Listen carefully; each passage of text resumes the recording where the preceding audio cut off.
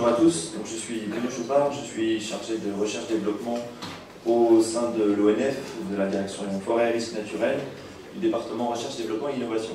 Et je vais donc présenter cette intervention avec Philippe Thiolibert, qui travaille pour l'équivalent de ce département Recherche-Développement pour la forêt privée au sein du CNP. Donc nous allons organiser notre intervention selon trois axes principaux. Cette intervention sur donc le développement d'une offre de résineux en vis-à-vis d'une demande des industriels. Nous allons donc organiser cette présentation autour de trois axes. D'une part, essayer dans un premier temps de mieux appréhender la ressource elle-même en forêt et la demande, et expliciter un petit peu ce paradoxe entre les deux. Dans un second temps, nous verrons quels sont les problèmes que posent ces exigences de l'aval, enfin de la demande vis-à-vis de la production, vis-à-vis des producteurs. Et en troisième point, nous aborderons, nous aurons un petit aperçu des voies qu'explore la R&D, qu'elle soit l'ONF ou au sein de la forêt privée, avec ses partenaires pour essayer de faire converger demande et offre. Alors, en ce qui concerne déjà la ressource, il y a un certain nombre de graphiques que vous avez aperçus hier. Alors, je suis désolé, il y a une partie qui a été déflorée avant. Donc, je vous rappelle que la forêt française, qui représente pour la forêt de production à peu près 15,5 millions d'hectares, elle est essentiellement feuillue en France. Les forestiers le savent bien, mais le grand public rarement. Et d'ailleurs, on a encore en tête des polémiques assez vives dans les années 70-80 autour de ce méchant résineux qui était taxé d'envahir l'espace agricole, de dégrader les paysages, de dégrader les sols, la biodiversité, etc. Or, en France, les résineux n'occupent que 29% de la surface. 29% de la surface, 36% du stock sur pied en volume. Et puis, grâce à une productivité qui est quand même assez supérieure à celle des feuillus, on en a parlé hier, ils représentent 40% de la production brute annuelle. Et puis quand on regarde un petit peu le volume commercialisé, donc c'est 69% du total du volume commercialisé en France.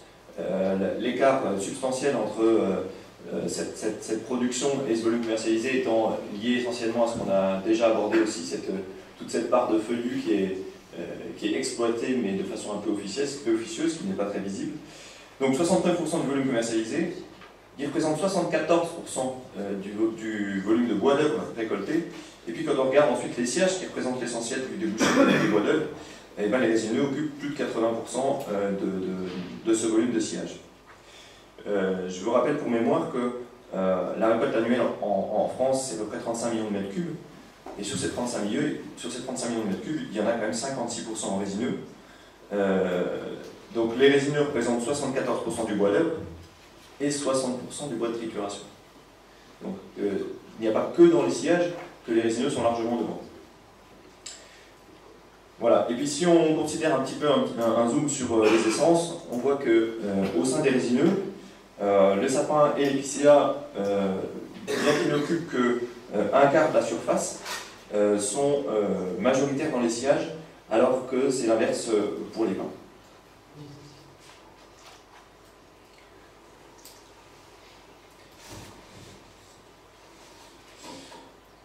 Alors, essayons d'expliciter un peu le déficit de la production de sillage résineux. Le premier graphique vous présente la production nationale de sillage. La France est à peu près au 5e rang européen, avec à peu près 8 millions de mètres cubes, bon, avec quelques variations interannuelles, mais actuellement on est autour de 8 millions de mètres cubes. On constate surtout que la part des feuillus diminue depuis le début des années 90. Aujourd'hui, elle ne représente plus que 1,3 million de mètres cubes. Et à l'inverse, la part des résineux, elle, s'accroît toujours depuis les années 50 et aujourd'hui représente 6,7 millions de mètres cubes.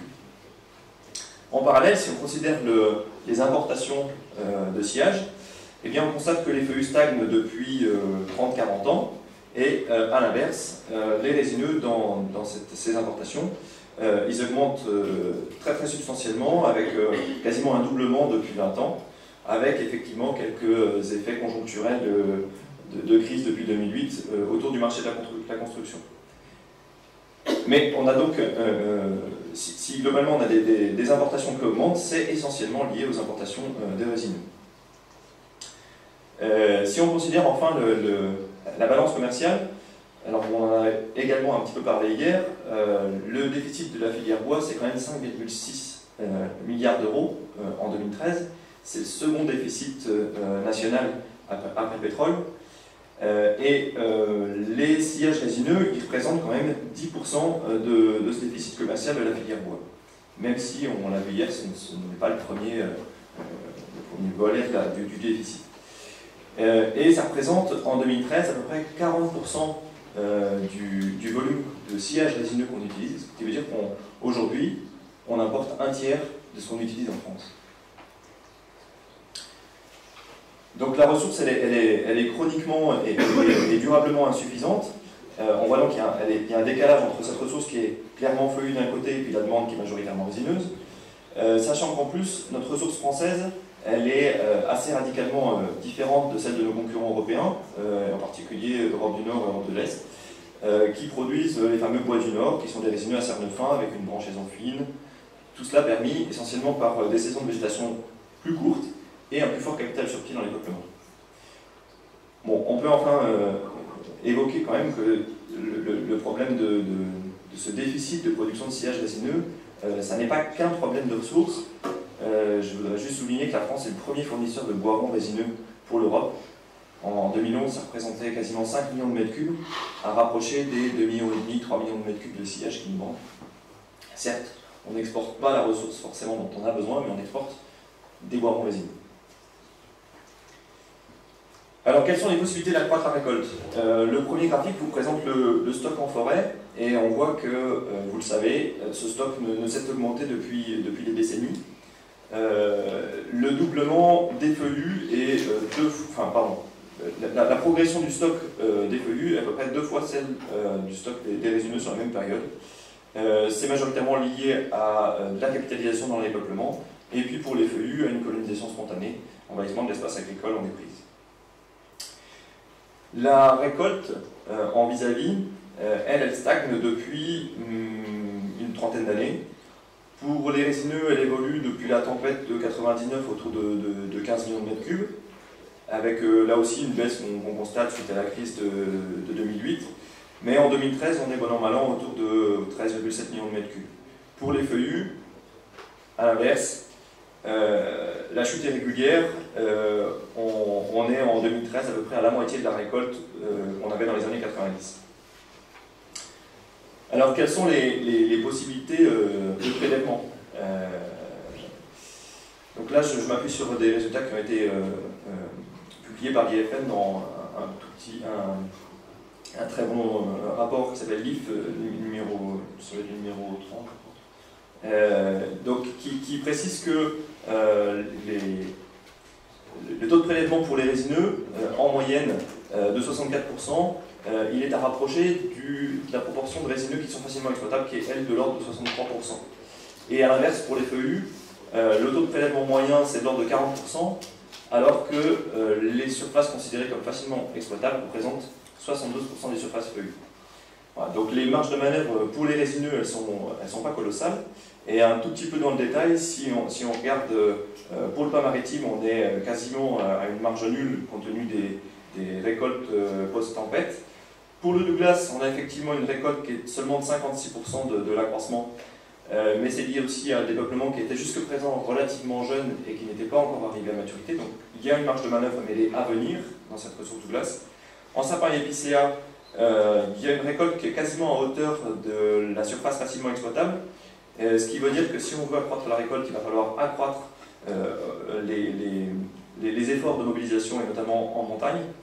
Et en pin sylvestre et autres pins, il y a un accroissement qui est possible, pour partie dans des surfaces relativement accessibles, et pour l'essentiel, en ce qui concerne le pin sylvestre, dans des secteurs qui sont plus difficilement exploitables.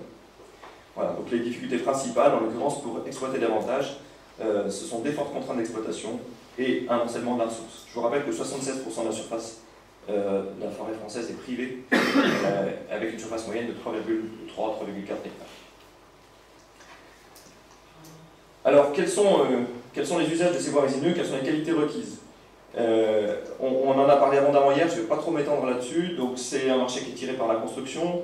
La construction représente à peu près 69% des volumes utilisés, les volumes de sillage, si on ajoute la construction au sens strict, et puis tout ce qui est menuiserie, agencement, habillage intérieur, ou les usages extérieurs en bardage terrasse. Donc là on est quasiment à 70% des volumes de sillage, 24% sur l'emballage et le coffrage, et puis les 5% restants, c'est des divers, dont l'ameublement, l'agriculture, etc.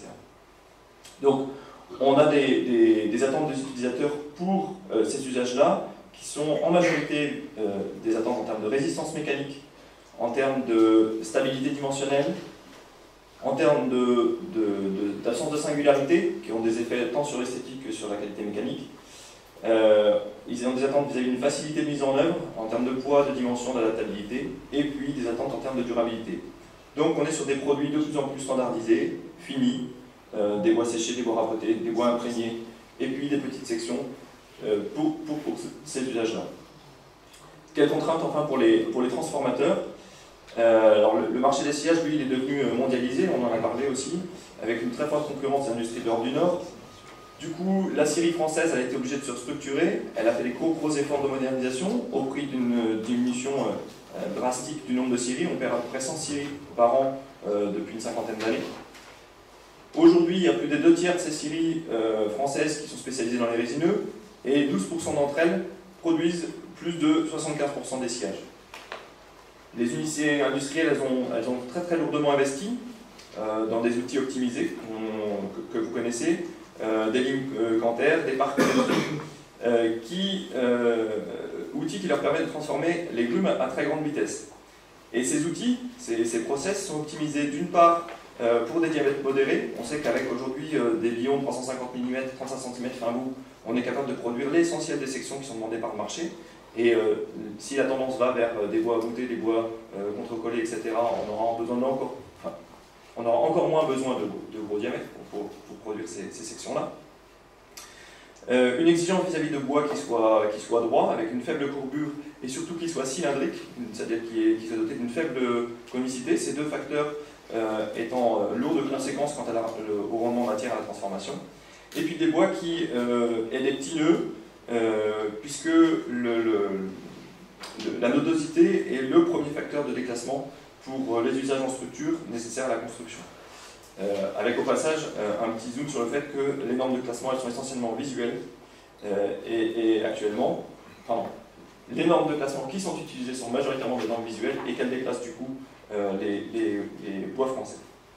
In fine, on a donc un transformateur qui voudrait des petits bois, et en parallèle, un forestier qui produit plutôt, des petits bois, des petits vieux, et un forestier qui produit plutôt des grands jeunes, sachant que ces grands jeunes, ils ont des moins bonnes propriétés mécaniques, ils ont notamment plus de bois juvénile, ils ont une plus faible conicité, et cette conicité une plus forte conicité, cette conicité a un impact sur le rendement matière, et puis ils ont moins de duramène, qui peut également poser des problèmes pour les usages extérieurs.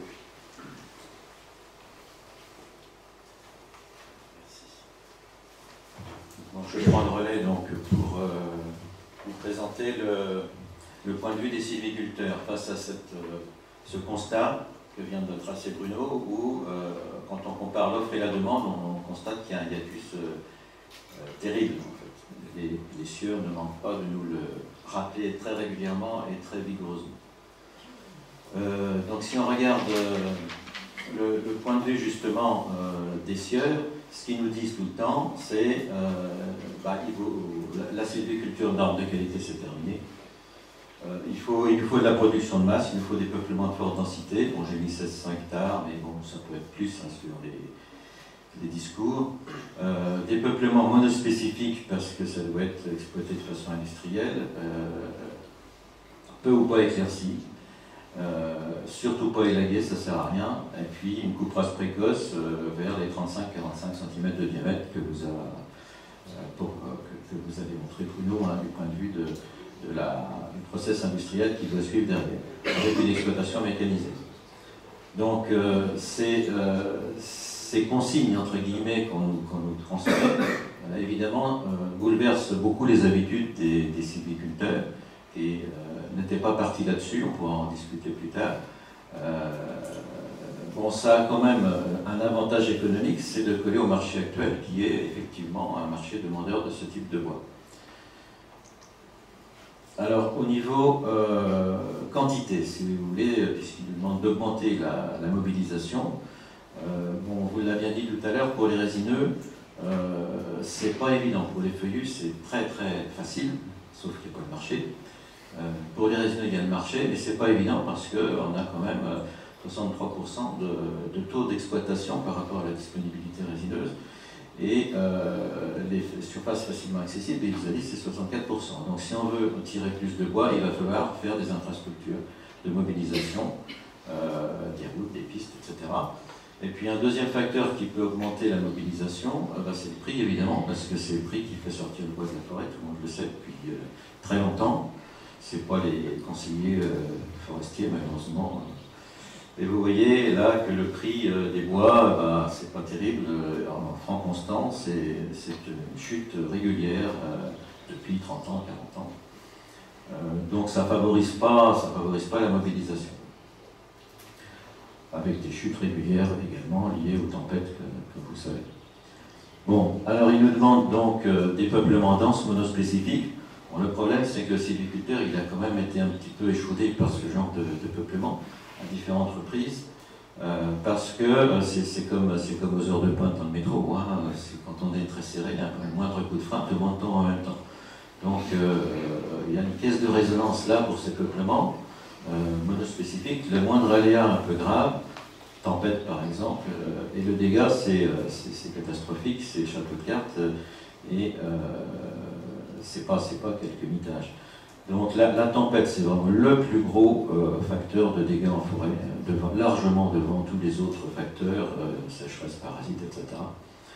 On se rappelle les 170 000 véhicules par terre de la tempête de 99. Donc la sécheresse, les dépérissements, il y a eu plein d'études de faites là-dessus également, où à chaque fois on a pu, lors d'études de dépérissement, montrer que c'était souvent la sécheresse qui était à l'origine du dépérissement comme facteur initial, mais la sylviculture avec les peuplements denses était un facteur aggravant pratiquement tout le temps. Bon, les parasites qui suivent en général ce genre de dégâts sont aussi évidemment à pied d'œuvre quand il s'agit de peuplements monospécifiques et tous de la même taille, avec des arbres tous de la même taille. Donc ces dégâts s'enchaînent et ça a quand même échaudé beaucoup les propriétaires depuis quelques années. Risque économique aussi, parce que bon, j'ai dit qu'effectivement on collerait bien au marché, mais malgré tout, il y a quand même un débouché unique là-dedans, c'est le sciage industriel, avec un investissement initial relativement élevé puisqu'il faut planter dense, pas de revenu intermédiaire si on ne fait pas de coupe. Donc le propriétaire s'interroge malgré tout sur la rentabilité de cet investissement qui finalement n'arrivera que dans 50 ans. Conséquence du raccourcissement des révolutions, donc là aussi on a des inquiétudes. L'effet sur les sols, donc là les travaux de l'INRA sont bien connus là-dessus, sur les courtes révolutions. Réduction de la biodiversité, c'est connu aussi. L'acceptabilité des coupes rases, ça il ne faut pas négliger cet aspect parce que dans beaucoup de régions, là où il y a une mobilisation des élus ou des associations, c'est contre la coupe rase qui est impliquée par cette sylviculture industrielle. S'il s'agit d'augmenter les surfaces, la diversification des essences, provenance, mélange, adaptation, tout ce qu'on fait autour du changement climatique, là, ça ne va pas dans le bon sens. Ça ne va pas dans le bon sens puisque les sieurs voudraient des peuplements monospécifiques et denses, et nous on fait des peuplements pour être plus résistants, plutôt diversifiés, mélangés. Le raccourcissement des révolutions, par contre, là oui, ça pourrait être quelque chose d'intéressant puisque ça permet de renouveler plus rapidement les peuplements et le matériel végétal. Donc ça peut être intéressant d'avoir là des révolutions plus courtes dans cette optique. Des difficultés technico-économiques qu'il ne faut pas négliger non plus parce que si le renouvellement est fréquent, bon, ça va obliger à des réinvestissements réguliers avec les risques qui vont avec, donc les risques que vous connaissez, du gibier, des parasites, et puis de dégâts au sol si la méthanisation est mal gérée, des coûts supplémentaires, et puis Le fameux prix de la tranquillité, pour le sylviculteur, c'est important. À chaque fois qu'il fait une coupe, il y a plein de dégâts qu'il faut qu'il gère derrière. Bon, et je termine par les attentes sociétales, et j'espère que Bruno va avoir encore 2-3 minutes pour conclure. Les attentes sociétales sont aussi très importantes, et donc il n'y a pas que la production. Alors, vous voyez, je vous ai mis en bas un graphique lié des enquêtes réseauphobes qui ont été faites par le CNPF et la Fédération. L'activité économique vient en 5e position dans la préoccupation des sylviculteurs, qui ont 75% de la surface, hein, comme vous savez. Donc devant, loin derrière, l'activité familiale de détente, la mise en valeur du patrimoine, la chasse, etc. Donc c'est pas évident de les faire bouger. Surtout qu'il y a le contexte socio-environnemental derrière qui pousse avec la réglementation qui n'est pas très favorable aux résineux, qui n'est pas favorable au couvrage et à la mécanisation. Merci Philippe. Donc dernier point de cette présentation concernant du coup quelles sont les voies que la R&D explore pour essayer de mieux faire converger ces deux points de vue, la demande d'un côté et la ressource de l'autre. Je vais aller assez rapidement. Donc la première voie, c'est de mobiliser un peu plus en quantité. Et donc pour cela, on explore des moyens nouveaux pour d'une part caractériser la ressource, mais surtout la localiser et puis optimiser en vis-à-vis des équipements de dessert. Le LIDAR étant un des supports majeurs de cette évaluation. Je laisserai Alexandre Piboul en parler bien mieux que moi tout à l'heure. On travaille aussi pour essayer d'améliorer cette adéquation sur le plan qualité et dimension à travers des travaux en faveur de l'amélioration des itinéraires de conduite des peuplements. Notamment, on travaille sur les facteurs densité de plantation, sur la question des dépressages, la conduite des éclaircies, et tout cela pour alimenter la construction de modèles qui intégreront des aspects croissance, des aspects branchaison, des aspects qualité du bois, en particulier densité, durabilisation, transition bois juvénile, bois adulte. Tout ça pour avoir in fine des outils intégrés qui permettent de mieux évaluer l'effet des sylvicultures sur la qualité des bois. On cherche également on travaille également pour essayer d'accroître la surface de production résineuse à travers deux volets principaux. D'une part, l'évaluation de la vulnérabilité des peuplements, parce que vous savez qu'un certain nombre de boisements FFN qui sont arrivés à maturité risquent de ne pas être renouvelés en résineux, bien souvent pour des questions de risque, en tout cas de présomption de risque. Et en parallèle, on cherche à identifier des essences qui sont potentiellement adaptées pour répondre à ce besoin dans les contextes où précisément ces résineux seraient plus à leur place. Et donc à ce titre-là, on travaille tant sur l'autécologie des essences elles-mêmes, en remobilisant des données dans des arborétas, dans des tests d'introduction, des tests de comparaison d'espèces, en essayant de mobiliser également des informations quant aux introductions passées en gestion, et puis en conduisant en propre ou avec nos partenaires des études sur l'écologie des essences. Et puis on explore également le volet diversité des provenances, notamment en travaillant sur l'évaluation des provenances disponibles en résineux, et en particulier sur les plantes de glace issues de verger. Et puis on contribue au développement de nouvelles variétés forestières améliorées. Je vais passer vite là-dessus. On cherche à développer également de nouveaux itinéraires sylvicoles, d'une part au stade de l'installation des peuplements, parce que qui dit accroître les surfaces de production résineuse dit planter. Or, planter, il faut avoir des techniques qui sont aujourd'hui plus raisonnables sur le plan technique et économique. Donc on travaille sur les modalités de travaux préparatoires aux plantations, sur les modalités optimales d'obtention de la régénération naturelle. Et puis, on travaille également sur la conduite des peuplements mélangés, en plantation écuyenne, en enrichissement de peuplements feuillus et en structure irrégulière, puisqu'on sait bien que ces peuplements mélangés sont une des voies d'acceptabilité sociale du résineux. Enfin, on travaille aussi sur des itinéraires dédiés ou semi-dédiés. Je passe rapidement là-dessus. Voilà, je vais te demander de conclure, ça nous permettra de consacrer du temps aux questions et puis d'être en phase avec le programme. Donc, en conclusion, on peut dire les forestiers ont une réelle conscience des enjeux de production résineuse. Vous avez vu qu'il y a de nombreux freins à cette adaptation de la ressource à la demande. Et nos services R&D, ONF et CNPF, essaient de développer, dans un contexte qui est vraiment instable, des outils, des méthodes, des solutions techniques qui permettent au gestionnaire forestier, lui, de prendre une décision un peu objective et intégrée tous ces facteurs. Restons lucides, pour la plupart, ces solutions elles porteront leurs fruits que sur le long terme et moyennant des coûts de gestion que le forestier ne pourra pas supporter tout seul.